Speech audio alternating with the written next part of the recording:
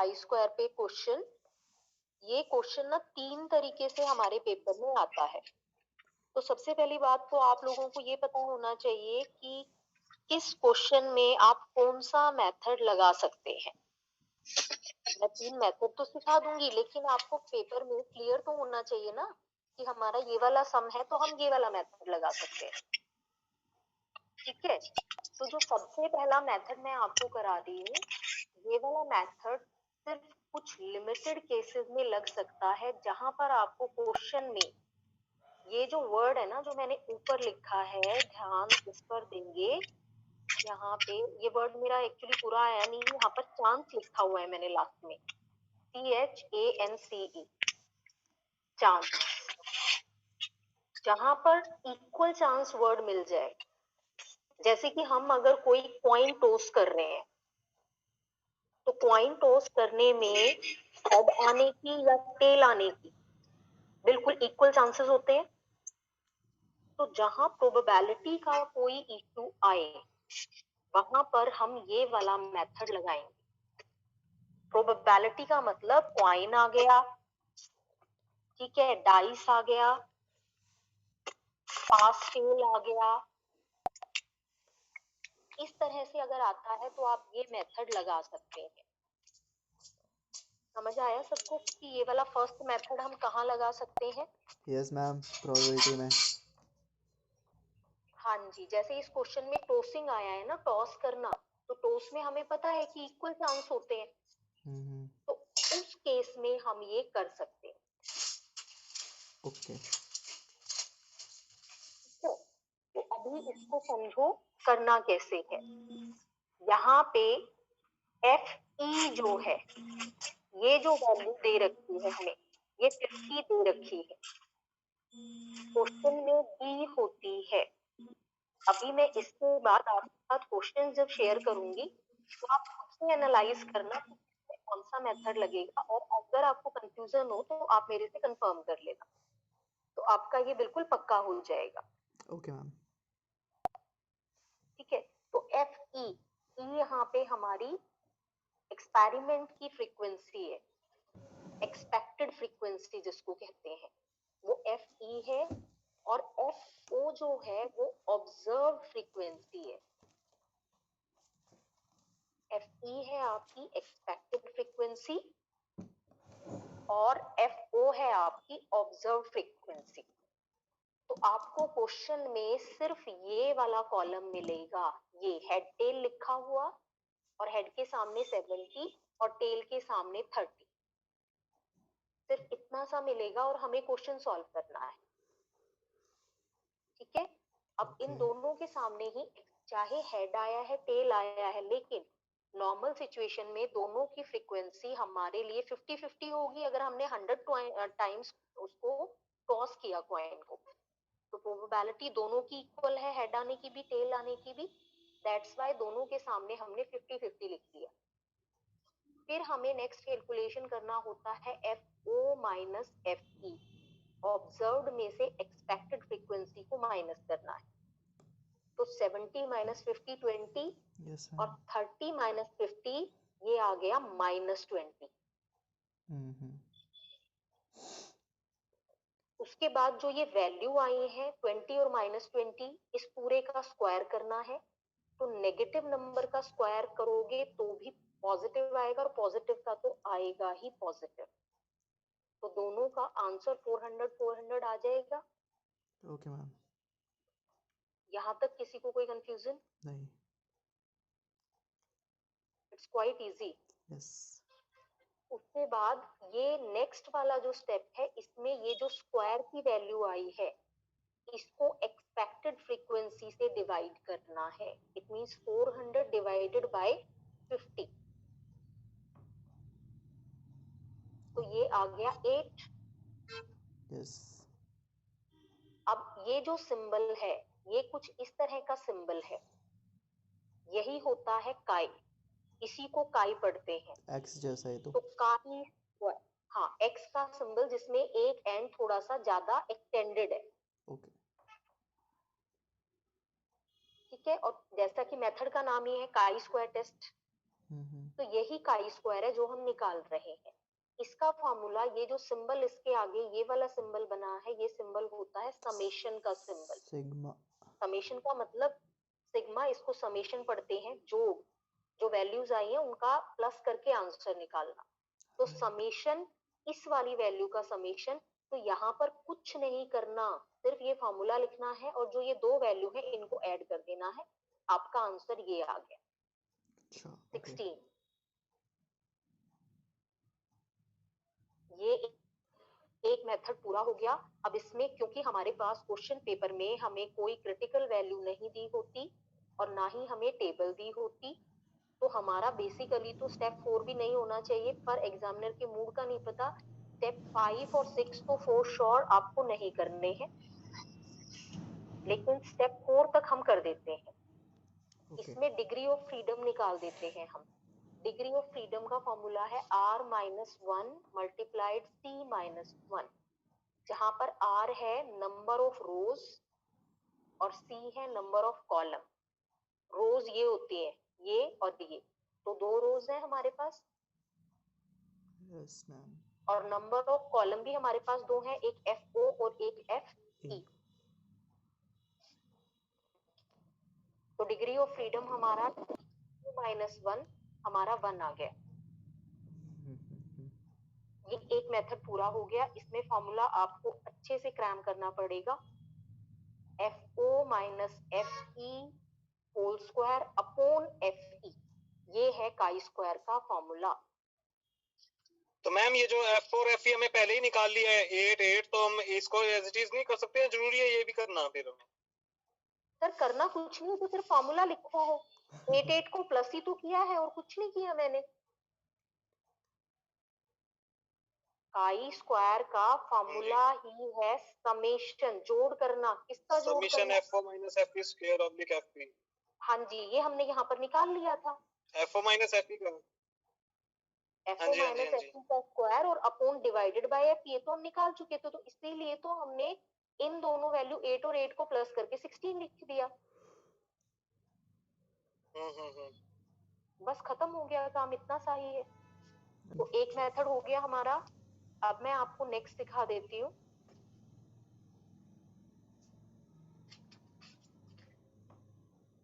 इस फर्स्ट वाले में अगर कंफ्यूजन हो तो देखो मैं करा रही हूँ, कंफ्यूजन जहां हो साथ साथ पूछ लेना आप लोग। ये सेकंड मेथड में आपको सिखा रही हूँ। ये होता है 2x2 कंटिंजेंसी टेबल। यहाँ पर आपको कोई FO FE कुछ नहीं दिया होता। यहाँ पर दिया हुआ है ग्रेजुएट मदर्स एटीट्यूड, रीड कर रहे हैं वो, ग्रेजुएटेड मदर का और नॉन ग्रेजुएटेड मदर्स का किसी पॉइंट पर। तो ग्रेजुएटेड मदर कितनी एग्री करती हैं, कितनी डिसएग्री करती हैं, और नॉन ग्रेजुएटेड कितनी एग्री और कितनी डिसएग्री, ये आपको वैल्यूज दे रखी है। ठीक है, तो अब इसका आपको काई स्क्वायर टेस्ट करना है। इसके लिए आप सबसे पहले क्या करेंगे, ये जो आपको वैल्यूज दे रखी है इनका हॉरिजॉन्टली भी सम निकालेंगे। हॉरिजॉन्टली का मतलब 38 प्लस 12 50 आ गया, 84 प्लस 66 150 आ गया, और वर्टिकली भी निकालेंगे, इस तरह से भी निकालेंगे। 38 प्लस 84 और 12 प्लस 66 आपका 78, और 50 प्लस 150 200।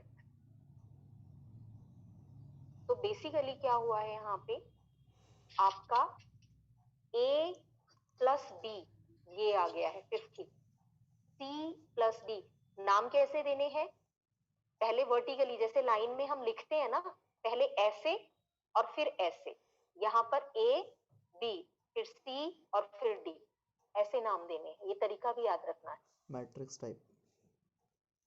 हाँ जी, ऐसे नहीं करना कि यहाँ पर A दे दिया और इसके नीचे B दे दिया, गलत हो जाएगा फॉर्मूला। Okay ma'am. जैसे सिंपल याद रखो, जैसे हम लिखते हैं, लिखते हुए हम लेफ्ट टू राइट जाते हैं, ऐसे ही करना है। पहले एक लाइन लिखनी है, फिर दूसरी लाइन लिखनी है, A B और फिर C D, इस तरह से हम लिखेंगे। पहले तो ABCD की मार्किंग आपको याद होनी चाहिए। उसके बाद ये फॉर्मूला जो है इसको क्रैम करना है। ये फॉर्मूला है काई स्क्वायर का।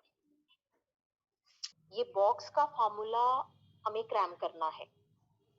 n यहाँ पर जो रोज और कॉलम्स का ओवरऑल टोटल आया है ये 200 ये होता है। और फिर a into d minus b into c, यानी कि क्रॉस करके करना है। ये a को d से मल्टीप्लाई किया माइनस b को c से मल्टीप्लाई किया, ओके उसका स्क्वायर और अपोन में सारे टोटल a प्लस b ये 50, ओके फिर ओके c प्लस d 150 और फिर डाउनवर्ड करेंगे तो a प्लस c 122 और b प्लस d, यानी कि ये वाले टोटल भी और ये वाले टोटल भी सारे मल्टीप्लाई है। ओके फॉर्मूला याद रखना है, बाकी सारा उसी के अंदर डाल देना है हाँ जी बिल्कुल, सिंपली। बाकी कैलकुलेटर तो अलाउड है ही, यस मैम, जल्दी हो जाएगा। पर हमारा काम खत्म हो जाता है बस। ये वाला काम फिर से हमें नहीं करना क्योंकि हमारे पास कोई क्रिटिकल वैल्यू नहीं हो। फॉर्मूला देखो, अभी मैं इसीलिए तुम लोगों को मैंने सोचा कि लास्ट मोमेंट पे कोई मेरे को बोले उससे पहले मैं टाइमली करा दूं, क्योंकि फॉर्मूले क्रैम करने के लिए टाइम चाहिए। लिख के अपनी अलमीरा पे चिपका लो और बार बार पढ़ते रहो। Yes ma'am.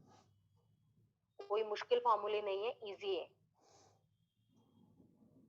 ठीक है, यस मैम। तो ये सेकंड मेथड हो गया।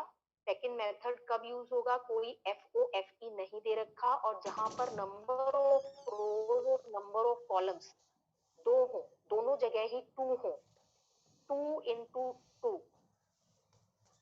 इसको कहते हैं 2 इंटू 2 कॉन्टिजेंसी टेबल। वहां पर नहीं भी लिखा हो और आपको रोज और कॉलम्स में दो दो वैल्यू मिले तो हम ये वाला फॉर्मूला लगा देंगे। किसी को कोई कंफ्यूजन है तो बोलिए। नहीं मैम। ठीक है, डिग्री ऑफ फ्रीडम निकाल के दिखा सकते हो उसमें। ठीक है गाइस, तो हमारा सेकंड टाइप भी हो गया है 2 इंटू 2 कंटिजेंसी टेबल। अब थर्ड वाला जो क्वेश्चन है वो थोड़ा सा टाइम कंज्यूमिंग है, कोई नहीं। वो पेपर में अक्सर आ जाता है 6 मार्क्स में, और मुश्किल वो भी नहीं है, मुश्किल कुछ नहीं होता है, बस ध्यान देना होता है हमें। Yes ma'am.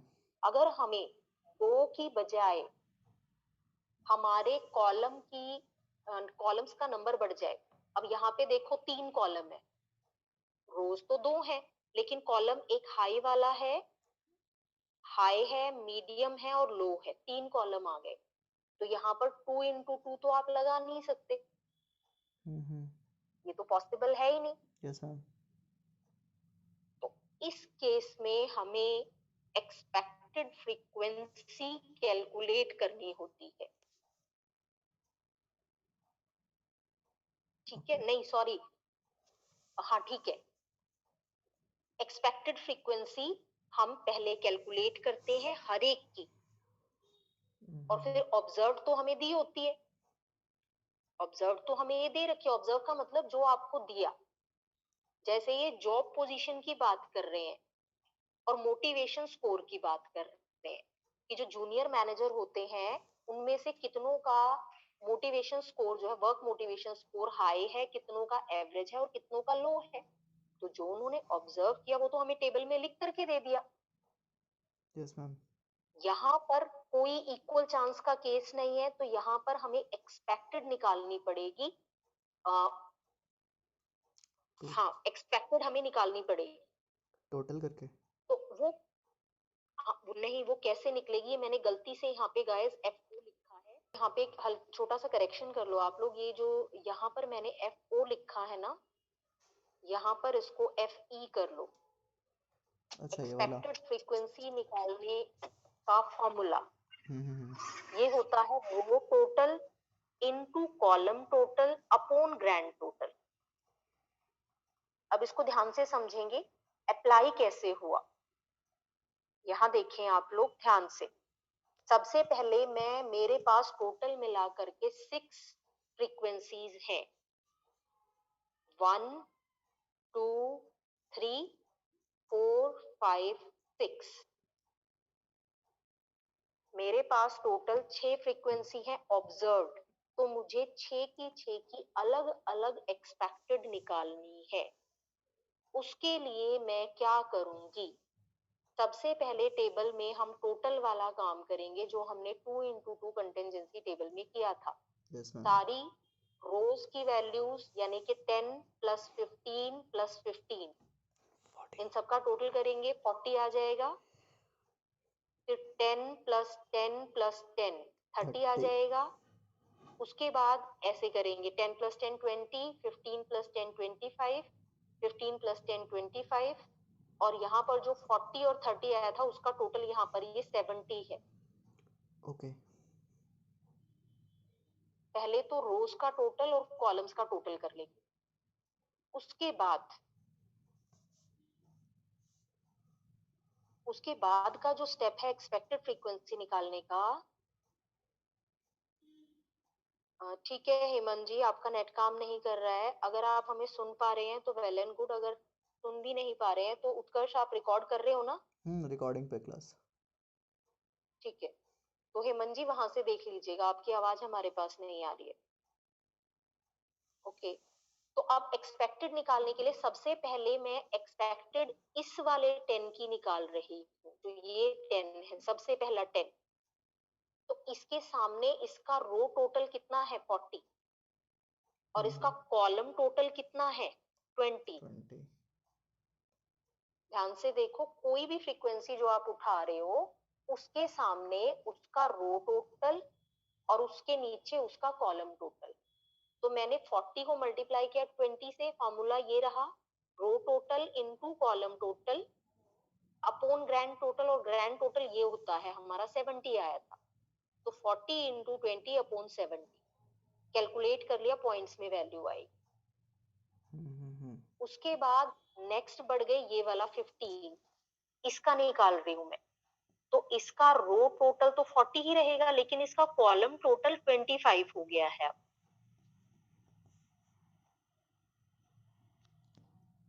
देख रहे हैं आप लोग ध्यान से? Yes ma'am. तो 40 इंटू 25 डिवाइडेड बाय वही 70 रहेगा। अब ये वाले 15 के लिए भी सेम कैलकुलेशन है, इसका भी टोटल 20 है, कॉलम टोटल 25 है, तो नो इश्यू, सेम वैल्यू लिख देंगे हम। तो इन दोनों 15 की वैल्यू सेम आ रही है। उसके बाद नेक्स्ट में आ जाए, ये वाले 10 का निकालेंगे। इसमें इसका रो टोटल मेरा 30 था, तो 30 इंटू 20 अपॉन 70, ये देखो। Yes ma'am. फिर इस वाले 10 का निकालोगे, 30 इंटू 25 अपॉन 70। ये मैम करा हुआ सा लग फिर रहा है इस मुझे। वाले 10 का निकालोगे, 30 इंटू 25। भाई सब किया होता है, बस एक रिवीजन देना होता है। कौन सा तो स्टैंडर्ड ये में है? सारी एक्सपेक्टेड शायद फ्रीक्वेंसी 11th निकल में गई। थी। नहीं भाई, मैंने तो नहीं किया हुआ है। राइट। ठीक है, अभी देखो, जब आप सबकी एक्सपेक्टेड फ्रीक्वेंसी निकाल दोगे तो अब जो सबसे पहला मेथड मैंने आपको सिखाया था उसी पर वापस आ जाना है। FO सारी आपने ऐसे लिख ली, ऐसे करके, पहले ये 10 फिर 15 फिर 15, उसके बाद 10 10 और 10। पहले एक रो की लिख दी और फिर दूसरी रो की लिख दी, जैसे आपने कैलकुलेशन में किया था। उनके सामने उनकी एक्सपेक्टेड जो आपने कैलकुलेट की है वो लिखी। जैसे फर्स्ट 10 की आपने कैलकुलेट की थी 11.43, 15 की थी 14.29, 15 नेक्स्ट 15 की भी सेम थी। तो सारी ऑब्जर्व के सामने उनकी सारी एक्सपेक्टेड लिख दी। अब अगला काम हमारा होता है FO माइनस FE, O की वैल्यू में से E की वैल्यू को सब्ट्रैक्ट करना। वो हमने सब्ट्रैक्ट किया और फिर उसका स्क्वायर कर दिया। काई स्क्वायर का फॉर्मूला वही है, FO minus FE square upon FE, और कैलकुलेट करके ये हमारी वैल्यू आ गई, काम खत्म हो गया। ओके। और इसमें भी अगर डिग्री ऑफ फ्रीडम आप निकाल के दिखाना चाहते हैं तो वो number of rose -1 into number of column -1, तो मेरी नंबर ऑफ रोज तो 2 है, तो 2 -1, और यहाँ पर मेरे कॉलम 3 है तो 3 -1, तो मेरा ये आ जाएगा 1 इंटू 2, आंसर मेरा आएगा 2। 2। ये हो गया जी chi square complete. Okay ma'am. तब तक आप लोग ये 2 मेथड जो मैंने सिखाए हैं इनकी प्रैक्टिस करो, ये दोनों बिल्कुल पक्का आते हैं, 100% आते हैं। Okay ma'am. ठीक।